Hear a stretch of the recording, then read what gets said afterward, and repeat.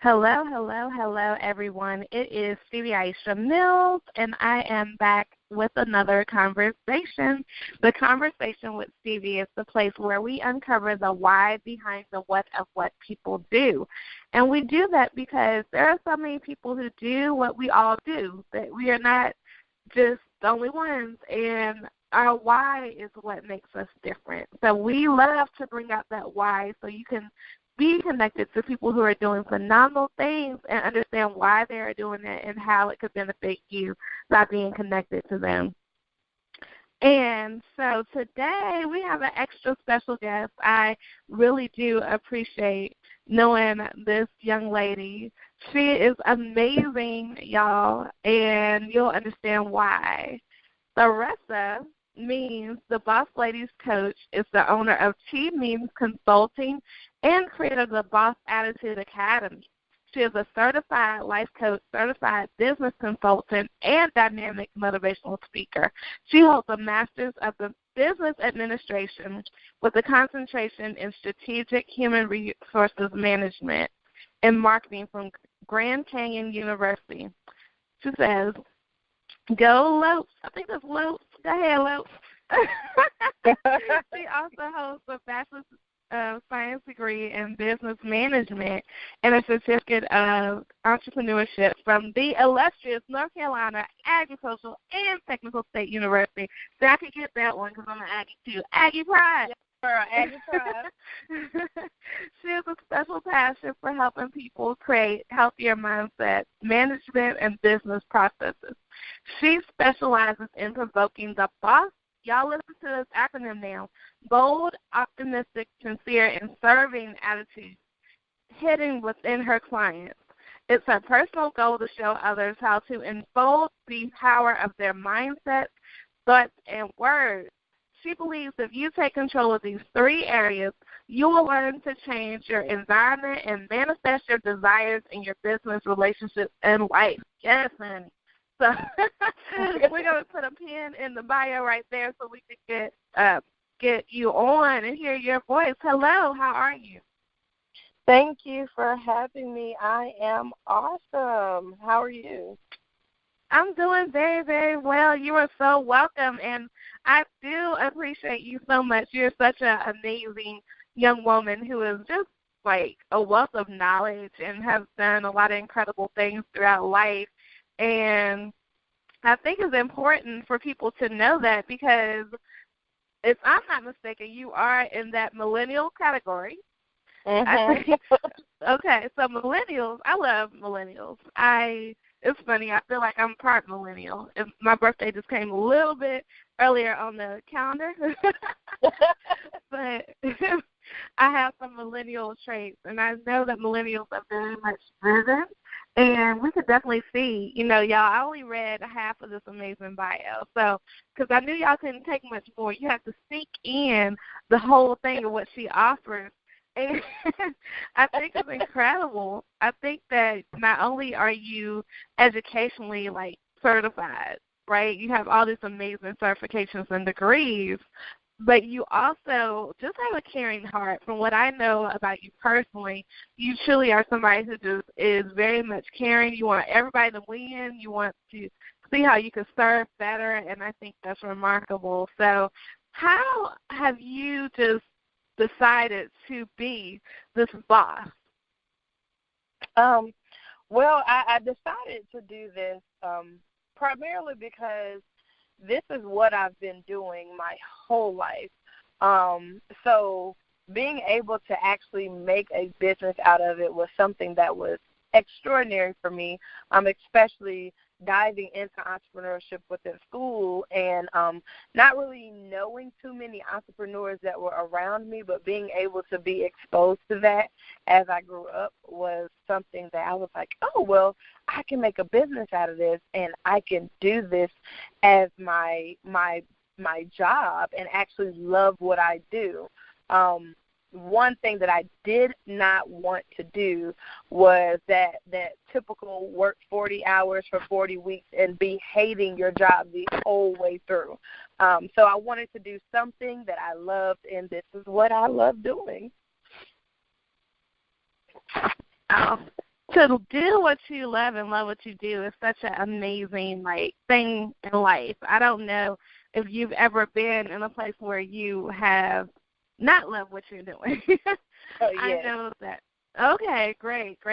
So tell us about that, and how did you give yourself permission to leave that and say, I'm going to do me? Well, most of my jobs that I've had, if I showed you my resume, it looked like I skipped around in many different areas, anywhere from I've done housekeeping at an airport to fast food to location managers and teaching, all types of jobs. And in every single position, even as far as like factory sewing, but in every position, I would try to find something that I liked about the position, and I attempted to strive in that area, right? So when I would be in a position, though, I would hate just the environment, and sometimes I would hate what I was doing. But I continued to try to be optimistic because, of course, my bills need to be paid, right? But throughout the whole thing, I did try to take bits and pieces of different businesses, figuring out how they are working with their employers or their employees, how they are handling them, how they're actually doing business, and things like that. And I learned from every position. Even though I hated some of them, I still learned something from the position. And after a while, I just started thinking about, what can I learn from this position, instead of, oh, my gosh, I hate going to work. But even after I started my own business, and I know a lot of entrepreneur or business owners don't tell you this part, but even after I started my own business, I was like, yeah, I'm working for myself. I'm not working for anybody else. But then I found myself still having to go back and maybe do a part-time job or a temporary job every now and then on those slow months where things weren't picking up enough. And sometimes that's something that more entrepreneurs are doing more so than they are saying. But, of course, you know me, I'm a naturally transparent person. And so I share my story. And even in going back as just doing temporary positions, it's still an empowering thing to know that this isn't something that you have to do. It gives you a whole different perspective when you're going back to work just for a short period of time, that, you know, it gives you that push that, you know, my business is what I need to do.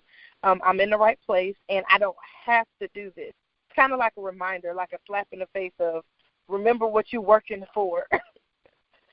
So. Wow. Yes. Let's stay right there for a second, because you're right. A lot of people do not tell you these dirty secrets of entrepreneurship. And I think it's awesome, because you are, and I definitely have too. I've told people, you know, that I, even in year, whatever this 8, I think I'm in year 8, it's not an overnight thing, and I still do some things on the side, because sometimes you need that balance of, you know, I know my money's going to come. Now, when y'all working with your small business clients, right, listeners, listen up. When you're working with these people, now their bills, their bills come just like my bills come. And do you think they're going to pay the power company first, or they're going to pay you first? And you got to be real candid about that, because I can't rely on people, and Lil Johnny needs some bracelets today, so Stevie doesn't get paid. You know, that's the truth. And I'm glad that you brought that up, because I think a lot of times people see the glitz and the glam and the beautiful Snapchats and IGs and all this other stuff.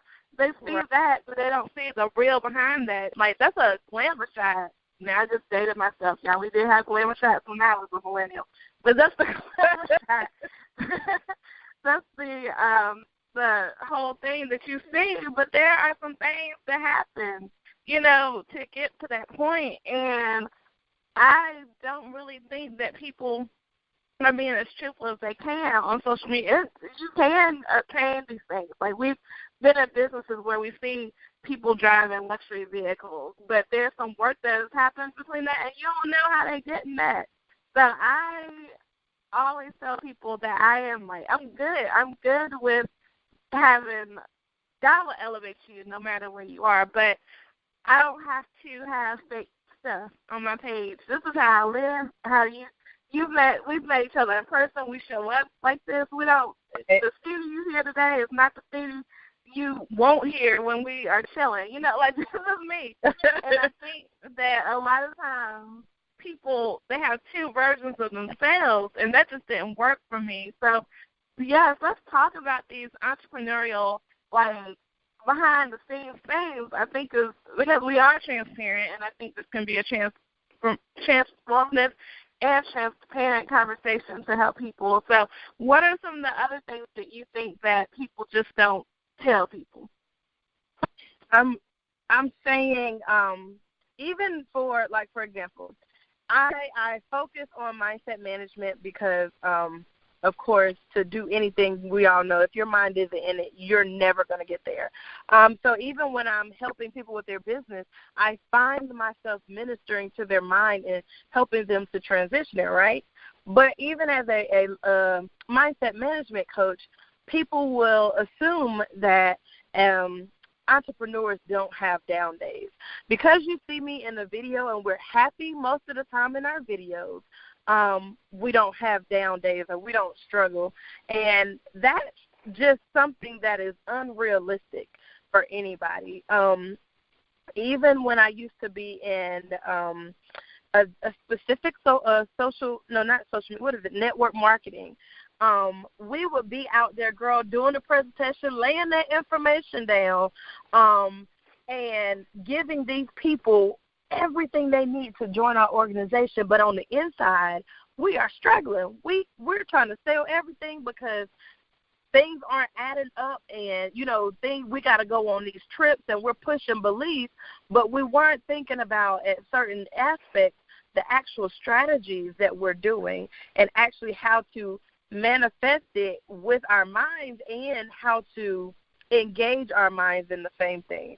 So we're out here being happy in front of people, but struggling behind this mask.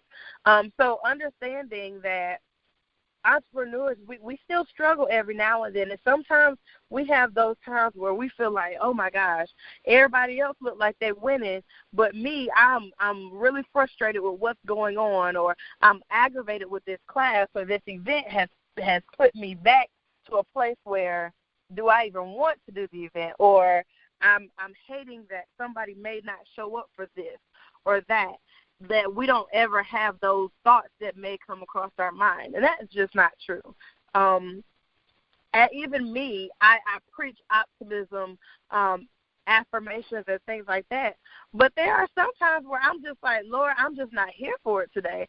I just need to take a break and go take a nap, or leave and go somewhere and do something that's not my business, that's not talking to somebody and pouring into somebody today. Because as much as we pour out, we also need to be filled back up at some point. So I think it's important to gain those networking or those opportunities to actually have somebody to pour into you as well. And a lot of times people don't address that part. They just leave out that we also need help as well. Like, I need a coach, you're going to need a coach, and even my coach needs a coach. Somebody always needs to have somebody a step ahead of them or who's done that to help build them and pull them up as we're pulling someone else. I think that's very important. And that's true. I think a lot of people don't acknowledge the fact that sometimes, yes, we are public successes and private failures. Like, that's the truth. Every lunch might not go right, and every it just does not go right. It doesn't go as planned. But we are practicing. We don't know either. Right. we don't know either. We are doing the best that we can, and It is something. I think that I am very glad that when I started business, social media was not as prevalent, because I understand that everything cannot, like, even for me, my business is primarily online currently, but even for me, I have to get out offline sometimes too. I can't just be on social media by the beach all day, every day. That's not how that works. You've got to take time to grow relationships. You've got to take time to get in. Some people still want to do business face-to-face and heart-to-heart.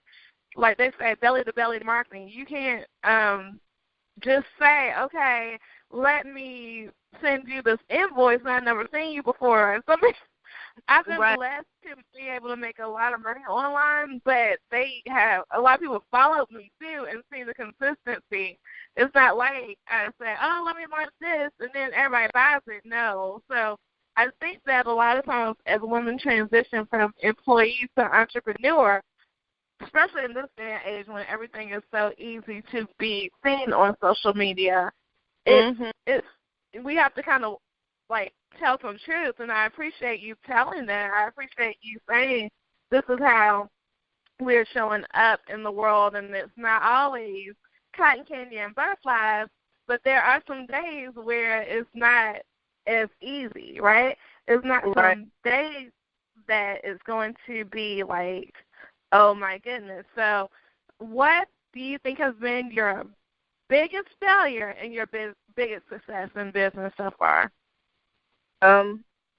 My biggest failure, I would say, was when I first started my business. I actually was doing something that other people told me I should do, not something that I wanted to do. And it's not that I didn't enjoy it. Like, for example, I was doing logos and graphic design. Now, I love doing graphic design and logos and things like that, and I'm very good at it. I actually still do it in my business, but that's all I was doing. And so I wasn't doing something that I actually loved. I was just doing something that I was good at that everybody told me I could do. And at the same time, I wasn't charging the amount that I think that I was worth. I was charging people like $20, $30 for a logo that took me like hours and hours to do. And so even that caused me to be frustrated with what I was doing because I'm putting in so much work but not getting that return because I'm only charging $20 or whatever. So I think that was my biggest failure, but I grew from that, actually speaking to a coach, and she was saying, why are you charging this? For this, what all of this quality work that you're giving, why are you only charging $20? And in my head, I was like, well, because I think that's all people are going to pay. Well, if I continue to think that, that's exactly what I'm going to get. So that biggest failure ended up turning into a lesson that I had to learn. I have to charge what I'm worth. And people that value me will come up and pay for that. At that time, I just was not believing that somebody would pay me $150 to do a logo. But now I understand that I will get paid that and more because prices will continue to increase as I increase my skills, you know. So it just was a failure, but I wouldn't even categorize it as a failure. It was a smart lesson to learn. In understanding my value, my worth, and making people see that. And if those people that still wanted to pay me $20, if they were upset, well, guess what? You're going to have to find somebody that's going to give you that quality of $20, but it's not going to be Therisa, you know. Mhm. And your biggest success? My biggest success, I would say my biggest success is going to sound funny, but actually being able to be comfortable with where I'm at. And what I mean by that is I'm a perfectionist. So a lot of times I will take something simple within my my business, and I will sit on it so long to try to make it perfect. And when I do that, it never comes out. For example, my website. I worked on my website for many, many months, and I had to take that moment and be like, what am I waiting on? You know what I'm saying? Like, it's perfect. It's good. It's okay. But if I continue to be this perfectionist, I'll never get it out. So actually taking the time to realize that I can let this go. It doesn't have to be perfect, and getting it out. Is it more important for me to make it perfect to the T, or is it more important for people to see it, for me to have that out? So I would say that actually being able to be comfortable with putting my stuff out is my biggest success, because that led to me actually being able to have programs that I've written or launch courses and things like that, when in return, a lot of the courses that I'm launching and the programs that I'm having have been programs I've written years ago. But I just wasn't ready to put them out because I thought that maybe, like, what if it wasn't perfect? But I had to go with it. You get what I'm saying? Mhm. And I think that's good. And I asked the question about failure because I, like you, believe that, we don't fail. We learn. And so when I asked, I'm glad that you answered it in the way in which you did, because it's the truth. We do learn from these things. And I think a lot of us could definitely identify with the pricing thing. And it's been such a big thing in a lot of, especially for female entrepreneurs, because we're always thinking about other people in their pockets. And I've learned, and I'm still learning in this day and age, that we can't think about other people's pockets. We got to get out of their pockets, and we've got to truly understand, that we just got to know. We got to know that it's not our pocketbook to figure out what's in somebody's pocket, right? So we've got to say, this is how much we charge, and people, they will definitely get what they pay for because we do great work, and furthermore, they will pay for what they want. So, Beyonce doesn't care that her tickets cost however much money. If you have it, you come, and if you don't, you won't. I know I looked up Kevin Hart tickets the other day, and I was like, okay, Kevin, I see you, honey. And it was a good amount of money. So I think that if they can do it, we can do it as well. And we just have to stay committed to the process as ladypreneurs, or shepreneurs is what I say, but we have to stay committed to the process of understanding that our business is truly what it is, and that we deserve it, and that we shall charge it. We might charge it scared, but at least we charge it. At least we are charging it. And so I just think that is profound. I think that is amazing. And we know that, you have some signature speeches, and I would love for you to tell us about your signature speech.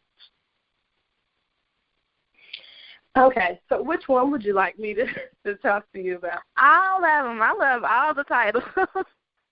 So you could give us all of them if you like your favorite one.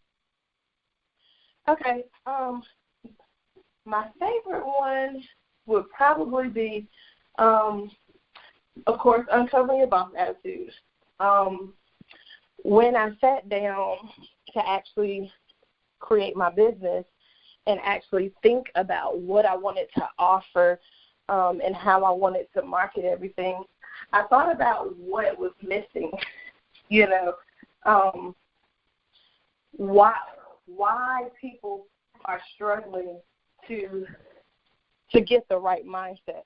So I came up with the B.O.S. acronym for what it takes to be not just a business owner or entrepreneur, but a person of purpose. Because you have to be bold in what you're doing. If you're going to sit back and just watch everybody, you're never going to do anything in life. So you have to be bold. Of course, you have to be optimistic. There's no purpose in you going out doing things if you're automatically assuming that it's not going to go right. If you're going to be, negative Nancy the whole time, nobody's going to want to be around you. So you're going to set into your atmosphere that exact thing that you're saying is going to happen. And you have to be sincere in what you do. People know when you're doing something, when you're being fake. You get what I'm saying? People know when you are sincerely doing something because you want to, as opposed to doing something because you have to. And serving is one of the most important parts. I think that people forget to serve other people. They're so focused on the money, on making the money, getting money, and things like that, that they forget that this is all about serving somebody else. So making sure that you are serving your customers, your clients, and just people the best possible way in everything that you do is the last thing to wrap up your boss attitude.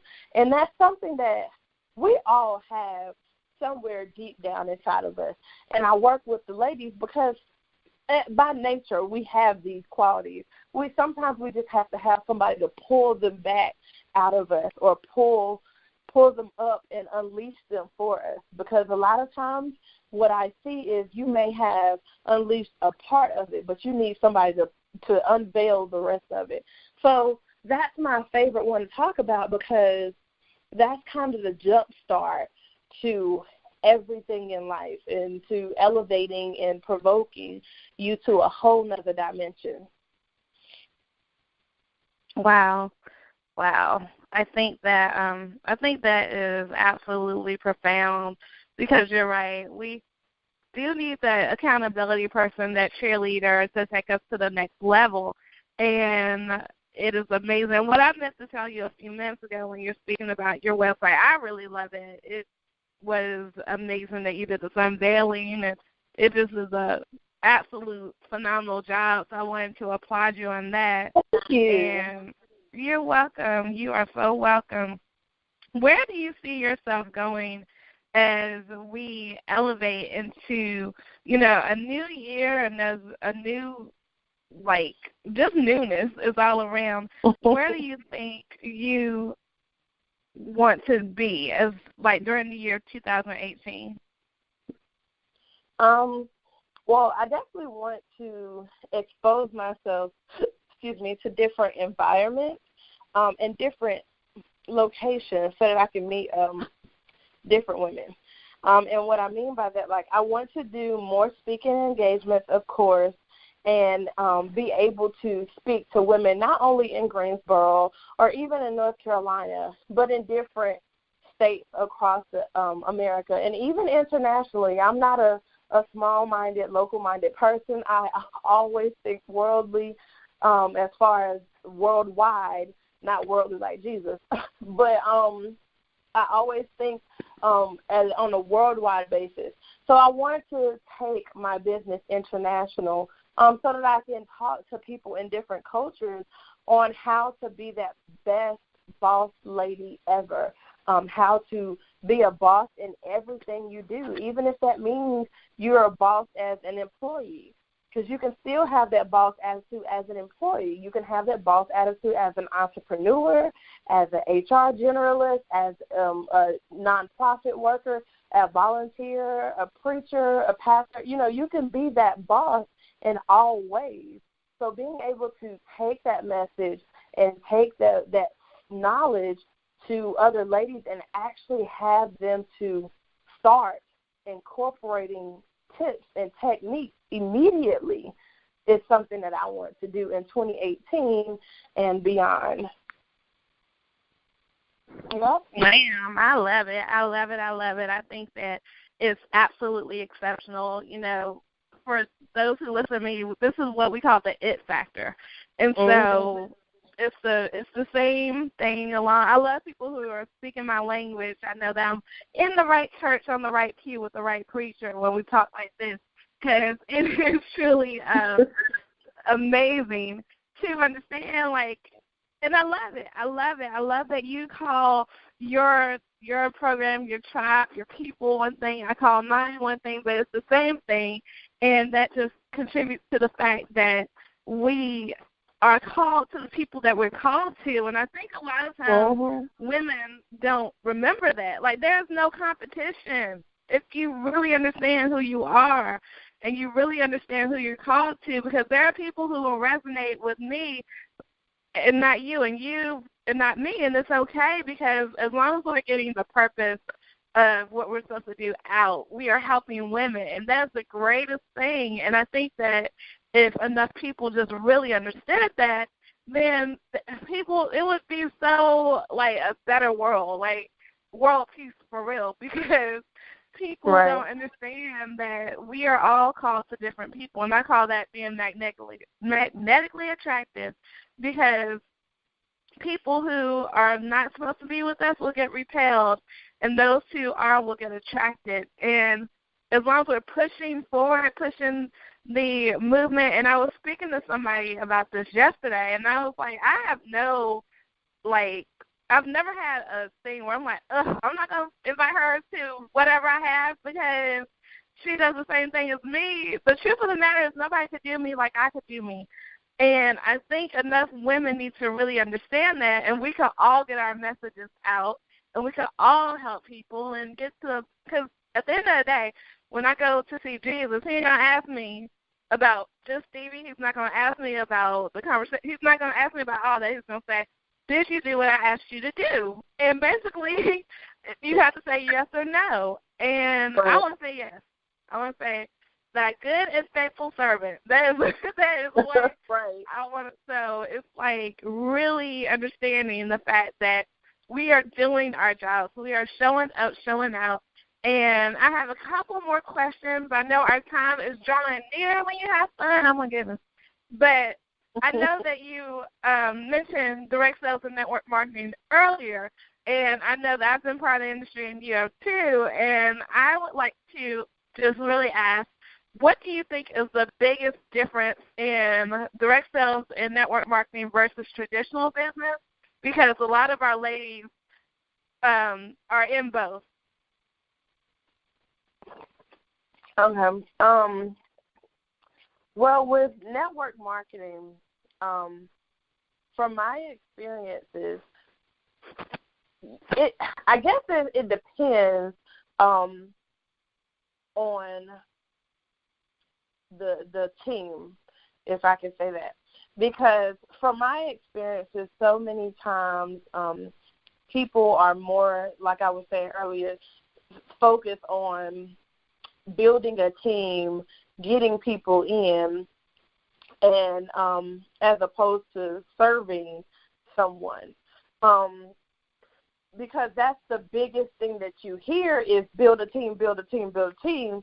So obviously you're going to start like, who can I put? I'm about to put everybody in the team, but not really thinking about building people.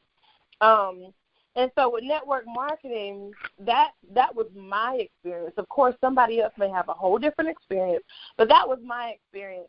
But I appreciated it because it actually jump-started my personal development in network marketing, because they do teach belief, and they do teach, they have to teach some type of personal development to keep you there, right? So it did start me to start thinking about, hey, I can be my own boss, whether this is the avenue or not. But as far as a traditional team or a traditional business, network marketing is a little bit more easier when it comes to the overhead, all of the business, because, of course, people do network marketing where they are, as opposed to a traditional business. You may have to get a business. You may have to do all these other things. And it usually doesn't have the investment are a lot lower when you do network marketing than it is with traditional businesses. But I would say that I still love both of them. I had some good times and some bad times in network marketing. But like I said, at the end of the day, it did teach me and it did jumpstart me to figure out how to actually what not to do in certain areas and how to actually start my personal development. And even just being a team, having that mindset group or that millionaire mastery group, you know what I'm saying? Understanding how to keep like-minded people around you. That was one of the biggest takeaways from my experience in network marketing. So. Yeah, and it's funny because I've had like a lot of success in the industry now. Now, as I inch towards 40, and get excited about 40, I really understand what's over in my life. And even though I always tell people I use products of 3 different companies because direct sales and network marketing products have the best products to me and the best services to me. And even though I'm not actively building, a team, or I do build customers because I think that I love the products and I get excited about it. And it's kind of like a business in the box. Whereas traditional business, it's like everything comes to you in this box.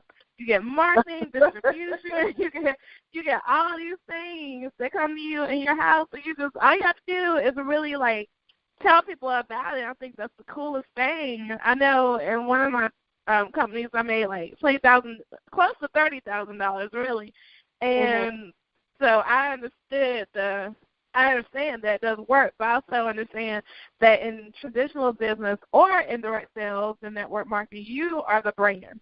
People don't buy lotions, potions, products, services. They buy you. And so I think that it's incredible that you're creating this brand, this movement of bosses. I love that. And I think that it's just phenomenal. And I want to do, like, one more thing before we get your contact information, and that's simply, I always ask my people who come here, I say, what do you think is that one thing that we have not uncovered today that you're like, Stevie, we have got to get this done before we leave here? Or do you think we've covered everything we need to cover? I just would want to make sure that people focus on others and not themselves when it comes to business, whether it's network marketing or traditional business. Because, of course, like we were saying, network marketing is so one of those business in the boxes, but it also doesn't work if you don't do it right, So, and it's an awesome other set of income for you to just have going on while you work on something else. It's always awesome to have multiple streams of income. But at the end of the day, I think about it like this.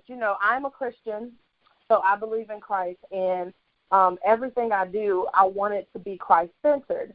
And my purpose in life is to serve God, but also to minister to others. And that may not be the same way as a preacher ministers to others. I'm not a preacher girl, so that's not the same way. You get what I'm saying? So my way to minister to others and bring Christ to them is by focusing on how to serve them. And whether you believe in Jesus or anybody else, I can definitely say in most of the religions, it's all about being the best you can be, the best you that you can be.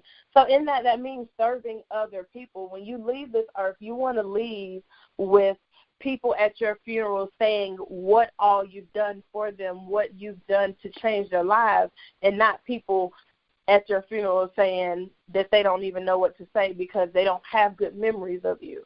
And so at the end of the day, if you're working on serving people the best way possible, everything is going to come back to you. And I go off the quote that Jim Rohn said, service to others leads to greatness.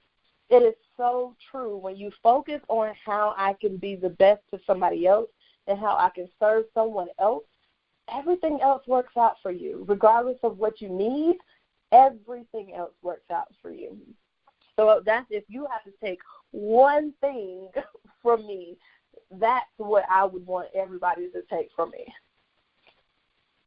Awesome. Well, it has been an amazing time to reconnect with you and to introduce everybody to you who may not even know who you are, because they need to know what are they doing. But they need to know who you are, and we thank you for being here. We want you to give your contact information so we all can stay connected with you. Okay. On social media, I am T, like Therisa, Means Consulting. On every social media, it's TMeans Consulting. So I'm on Instagram, I'm on Twitter, and I'm on Facebook. And my website is www.tmeansconsulting.com. Awesome. I love it. Simple. You guys heard it. So TMeansConsulting.com. You got to get in with the N, right? You got to get in the Facebook group. You got to be in for the speeches. She wants to travel all over this world. Y'all heard her say that. So ask her how much she charges to come speak and transform your audiences. I think it's amazing. Y'all got to make it happen. And so, again, I am Stevie Aisha Mills. All you got to do to find me is to know how to spell my first name, Stevii. You can find me all over social media. You can find me at Stevie.com. And, of course, you can find me here at the Conversation with Stevie. So I always tell people, don't have a great day, make it a great day. Why? Because you, and yes, you too, have the power to do so. Bye for now.